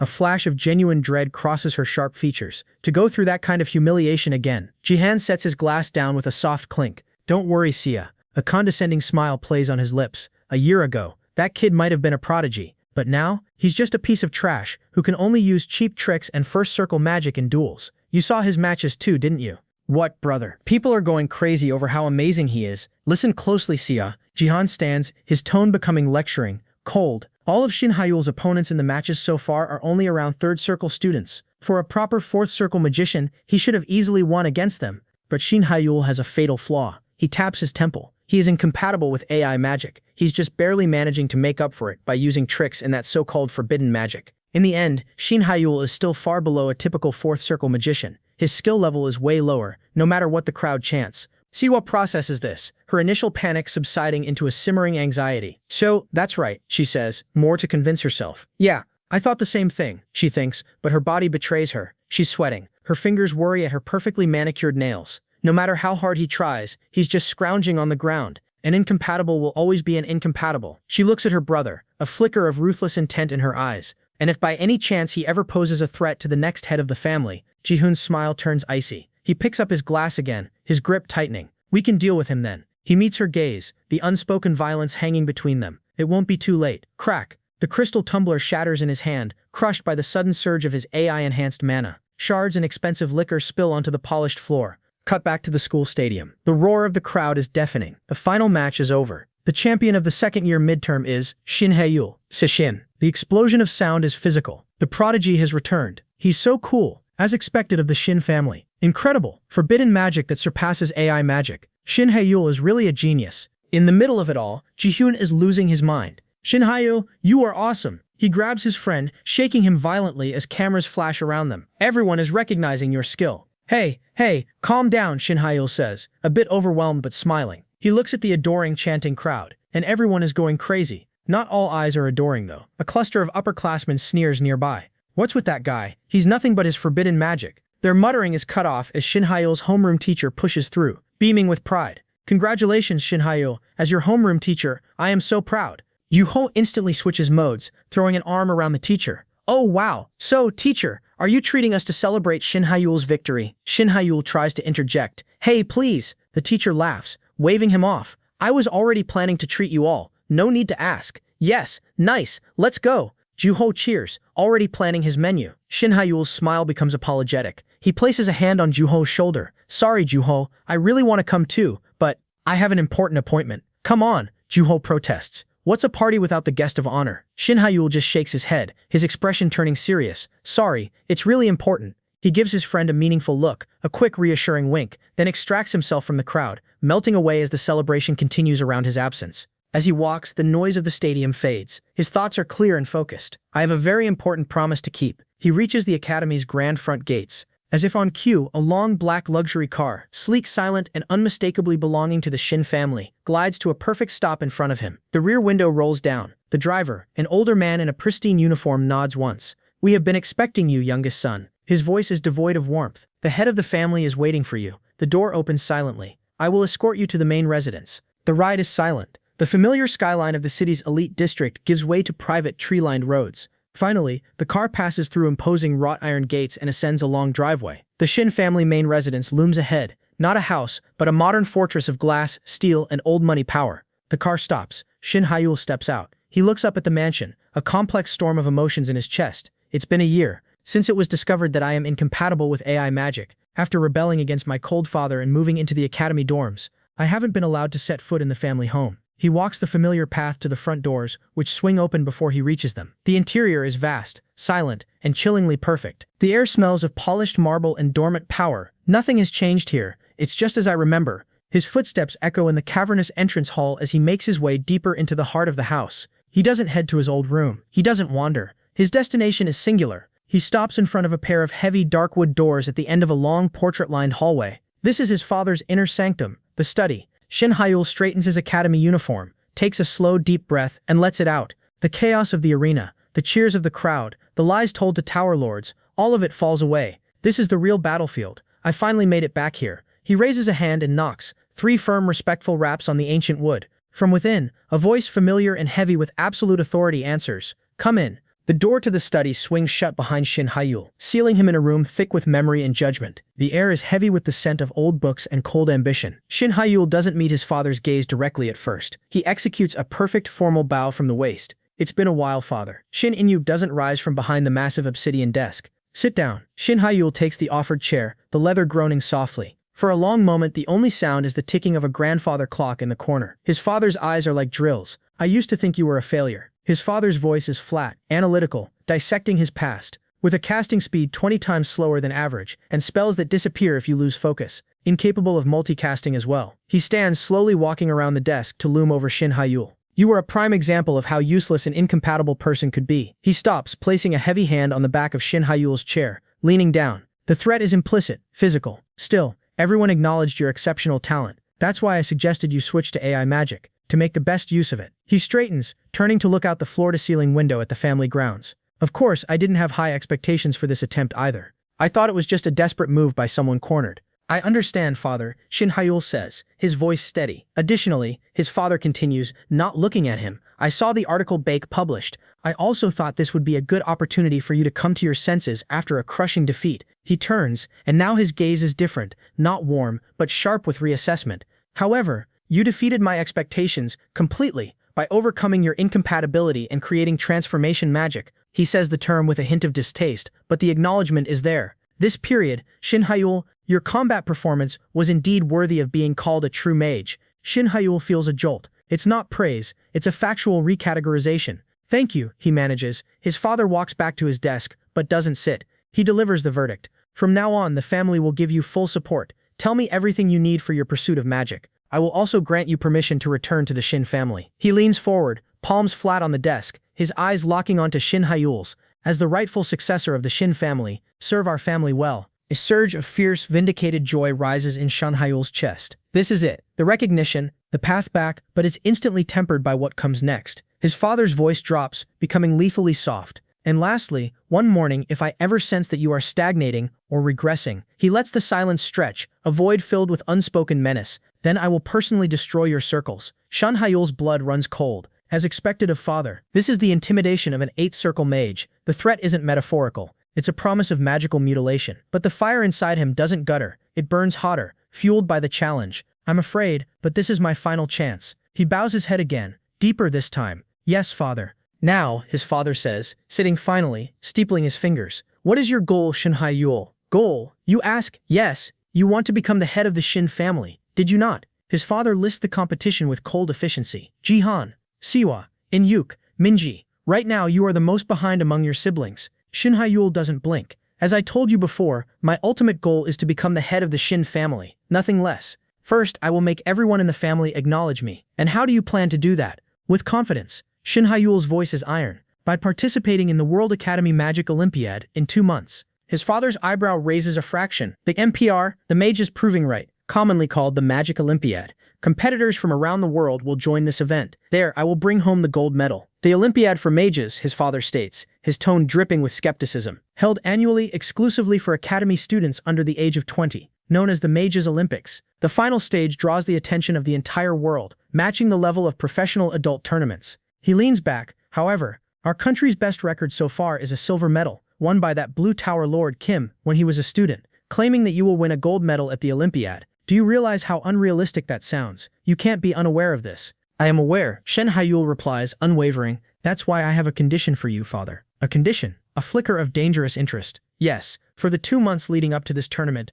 please prevent my siblings from hindering me. His father is silent. The calculation is visible behind his eyes. He's using a gold medal he might not even win as leverage to demand immediate protection. Normally, I would refuse something like this. A slow, thin smile, more a crack in stone, touches his lips. But, he says aloud, it might not be a bad idea. He gives a single, slow nod. Very well, your request is granted. But remember, the price of failure will be measured against today's ambition. The next morning, Shin Haiyul wakes in his dorm room, sunlight streaming in. The dread book lies open on his stomach. He groans, sitting up. Did I fall asleep studying? As soon as I returned from the family estate, I started looking into the requirements for the second test. The triumph of yesterday is already a memory, replaced by the next, far steeper mountain. I passed the first trial, but to reach the third sample, I must clear the second test. And right now, I am at a complete loss. He runs a hand through his hair, frustrated. The book's new pages on the second circle, the resonance ring, are dense, cryptic. All I have is that resonance means it is necessary to raise it to the level of consonance, the mastery stage of the second circle, to take the second circle exam. I just need to touch here and move another according to the principle of consonance. The only clues I've gotten so far are that I need the ring of judgment and the ring of resonance to connect mechanically. He gets up, holding out his hands. He focuses, and 2 faint, shimmering rings of light, one silver, one gold, materialize in the air before him, spinning slowly. He tries to will them to interlock, to harmonize their frequencies. They waver, repel each other slightly, and fizzle out. Is this it? He mutters, the rings dissolving. The theory is there, but the practical execution is a wall. Let's go for a walk to clear my head. He heads out into the academy grounds, the morning air cool. Yeah, I need to clear my mind like this sometimes to think better. He walks, his thoughts churning. No, while walking and having breakfast, I'll dive deeper into the realm of resonance. Just need to, over there. A sharp, panicked shout cuts through his meditation. He turns, looking toward the source of the commotion. The shout was followed by a flurry of motion. Something soft and plastic smacked Shin Haiyul square in the side of the head. Whap! He blinked, turning to see a crumpled plastic bag fluttering to the ground. A moment later, someone rushed over. I'm so sorry, a voice said, breathless. Like I said, it hurts. But then hey you! Shin Haiyul looked up. It was Adela, of all people. She stood there, slightly flushed, a half-empty bottle of banana milk in one hand. Adela, he said, bemused. Now, after the initial shock, they stood there in an awkward tableau. Anyway, Shin Haiyul started, picking up the offending bag. Why did this plastic bag fly toward me? She grimaced, looking embarrassed. That is, I was spinning it around, enjoying it because I was about to drink my banana milk, and then it flew away, and the situation happened. My God, Shin Haiyul couldn't help but crack a small smile. The fierce, lunar duelist from yesterday was flustered over a runaway grocery bag. Ah, I see. He gave a slight, formal bow of his own. Adela formally apologizes. It's all right, he said, waving it off. Thanks to you, I got a wake-up call too. He nodded at the banana milk. But, you still only drink that. She held the bottle up, her composure returning with a hint of pride. Of course, it's the best one ever made by humans. Shin Haiyul chuckled. Right, that merging of banana and milk. Adela's expression shifted, becoming more thoughtful. I heard you went back home. Shin Haiyul's smile faded slightly. Yes, I returned to the main residence yesterday. That's what I figured. She studied him. So, is it still your dream to become the head of the magic tower? Shin Haiyul paused. Did I say something like that? Yes, she said, her gaze unwavering. We talked about it often. Back then, Shin Haiyul looked past her, toward the distant spires of the academy. At present, no, that's not my dream anymore. Adela's eyes widened, a flicker of something like disappointment crossing her features. What? So you have compromised because reality has— She trailed off, her tone turning a bit dismissive. Well, considering the lineup of your prominent siblings, becoming the head isn't— But that's not it, Shin Hae-yul cut in, his voice firm. He met her eyes, and the intensity there made her pause. What I'm talking about is bigger. My dream is to become the master of all magic, and stand at the pinnacle of all mages. He let the words hang, simple and monumental. No, all magical forces, that's my goal. Adela stared, truly stunned. The casual embarrassment from moments ago was utterly gone. The pinnacle of all mages, she repeated slowly. That's an incredible goal, truly beyond imagination. A slow, genuine smile, one he hadn't seen since they were rivals as kids, spread across her face. It was filled with challenge and respect. As someone following you, it's pretty intense. Cut to the Magic Tower residence. A different kind of intensity is brewing. Siwa Shin paces like a caged panther, her perfectly manicured nails finding their way to her mouth. She chews on one, a habit she'd long broken. Brother, she finally explodes, whirling on Jihan, who is trying to appear composed with a datapad. Aren't you worried at all? Jihan doesn't look up. Father must have his reasons, but his grip on the pad is white-knuckled. I can't believe he laid down such conditions. Both Sia and Jihan had stood in their father's study just hours ago, receiving the edict. Flashback, the study. Jihan had asked, trying to mask his confusion with formality. Father, why have you called us here? Their father's voice left no room for debate. I know your personalities well, so I have a command for you for the next 2 months. Do not interfere with Shin Hae-yul at all. The shock had been a physical blow to both. Sia had started to sputter, but only for Jihan to cut her off with a sharp gesture. He had asked, voice strained but controlled, can you tell us the reason?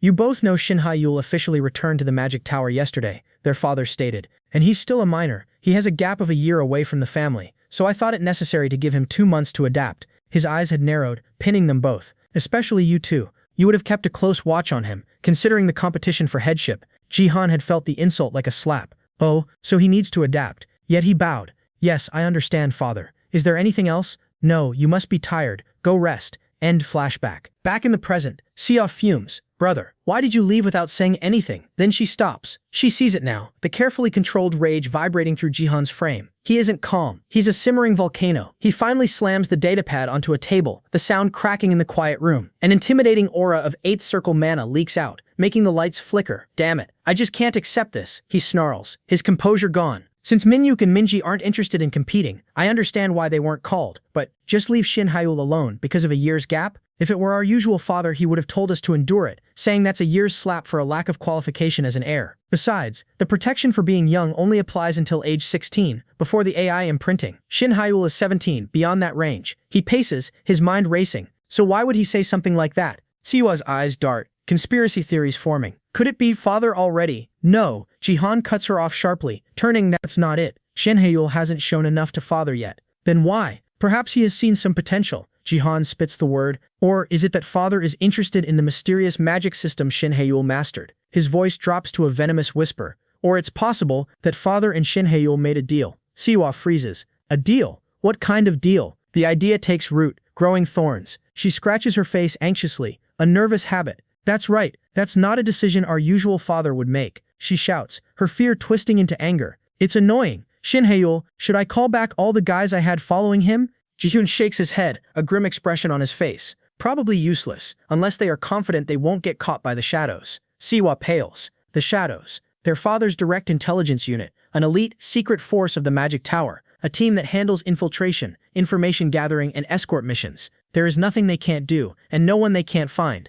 For reference, Jihyun adds coldly, I have already withdrawn all the surveillance I had on Shin Hae-yul. Siwa looks at her brother, seeing the dangerous calculation in his eyes. Brother, what are you going to do? Jihyun turns and walks toward the door, his aura pulled back in, cold and focused. I'm heading out first. As he strides down the hall, his thoughts are a dark whirlwind. Even if Sia complies, me doing nothing for 2 months doesn't sit right with me. If Shin Hae-yul made some sort of deal with father, it's quite risky. I can't move directly. A plan, cold and indirect, forms. He needs leverage. He needs power from outside the family's immediate reach. I have to consult the Black Tower. The day after the family drama, life at the academy grinds on, but the air around Shin Hae-yul is different. He's no longer just the misfit. He's the champion. In class, the teacher wraps up the midterm period. With this, all the midterm evaluations are over. Well done, everyone. He leads a round of polite applause. Then his gaze lands. First, let's start with an honor. We have the first place in our class, Shin Hae-yul. Shin Hae-yul stands up, the eyes of every student on him. He walks to the front,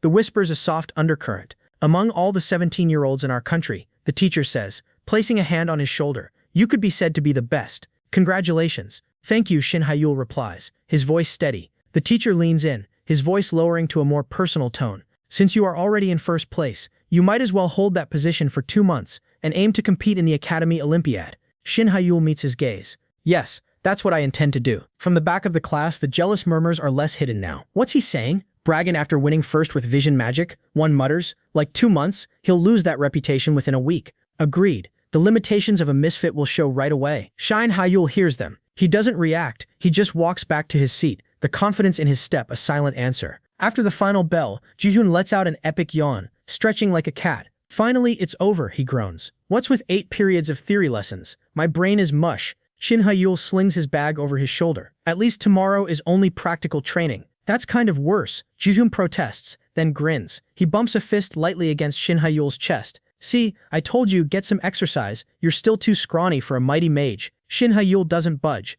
He just looks down at his friend's fist, then back at his face. Ji-hoon's playful grin falters as he feels the solid, unyielding muscle beneath the uniform. His knuckles actually hurt. Ow. Ji-hoon yanks his hand back, shaking it. Are you even really a mage? That felt like brick. Shin Hae-yul gives him a deadpan look. You weakling. Ji-hoon makes an offended face, then scurries to catch up as Shin Hae-yul starts walking. What was that? You, Magic Weekly's hunk of the month. Guess I can't even tease you about being a weakling in magic or muscles anymore. Shin Hae-yul shrugs. If you're upset, why don't you work out to overcome your weakness then? Ji-hoon puffs out his chest. I will, and I'll make sure to overcome it and smash your head first. Really? Shin Hae-yul stops, a challenging glint in his eye. How about we hit the training room after dinner for a change? Ji-hoon's bravado evaporates instantly. His shoulders slump. Let's hit that face. I would love to, but I'm in bad shape right now. Really bad, like, can't lift a pencil shape. Shin Hae-yul just stares at him. Just say you don't want to. Ji-hoon instantly gets in his face, putting on a mock-serious, lecturing tone. No, let me be real with you. It's not that I hate exercising. He drops the act, his voice becoming a dramatic whisper. I just hate exercising with you. Got it. Shin Hae-yul raises an eyebrow. What's so bad about me? Ji-hoon shudders, pointing a finger at him. I find it scary. The way people look at you when you train. Cut to the Academy's central training room. Ji-hoon's fear is justified. Shin Hae-yul is in the free weight zone. The weight on the barbell he's squatting is a number that would make a professional athlete blink. Plates clank with a sound of finality. He's not just lifting it, he's repping it out with a controlled rhythmic pace that speaks of terrifying strength and endurance. Students trickling in for their own workouts stop and stare. Whispers erupt. Who is that? Is that weight even something a person can lift? A boy nudges his friend, eyes wide. Isn't that Shin Hae-yul, the sophomore who won first place in the midterms? Shin Hae-yul finishes his set, racking the barbell with a resonant clang. He wipes his brow. While I was focusing on mastering the Batenno-style magic, I really neglected my physical training. I have completely lost my peak condition, but even his lost condition is monstrous now. He remembers the text from I, Dread, the infinity circle, being a huge circuit that flows throughout the entire body, interacts with physical training. A strong body and a strong circle create synergy, improving efficiency.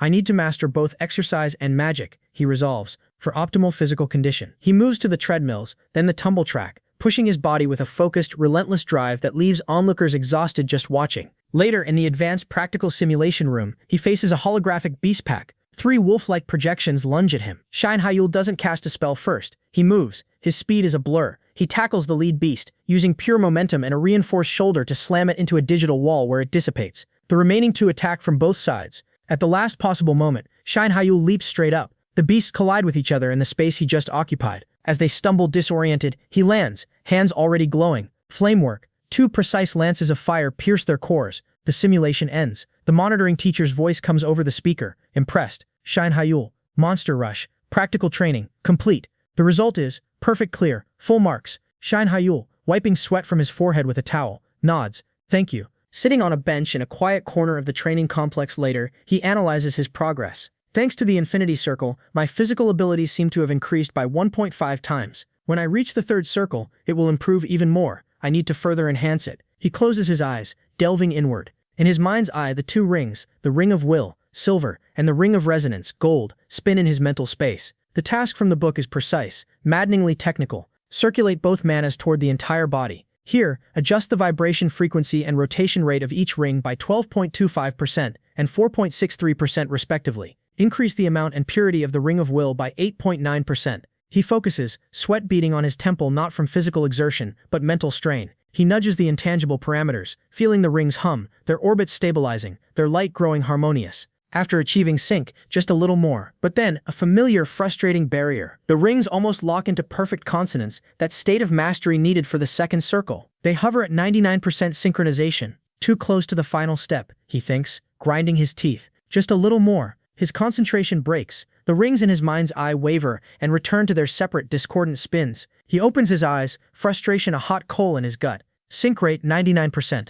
No matter how many times, hundreds of times I try, that last 1% won't budge. The wall of the circle master level feels immovable. He clutches his fists, nails digging into his palms. But I will succeed, no matter what. He stands up, deciding to walk off the agitation. The training complex is mostly empty now, the corridors dimly lit. As he rounds a corner into a secluded hallway leading to the equipment lockers, a figure lunges from a shadowy alcove. A fist, powered by anger and enhanced mana, shoots straight for his face. Shin Hae-yul's reflexes, honed by the Infinity Circle and his recent training, are just fast enough. He jerks his head back, the fist grazing his cheek instead of landing square. He stumbles a step, instantly falling into a defensive stance. "Who's there?" he snaps, mana flaring around his hands. The figure steps into the dim light, face twisted with familiar, venomous hatred. Shin Hae-yul's eyes narrow. He is surprised. It was Bake,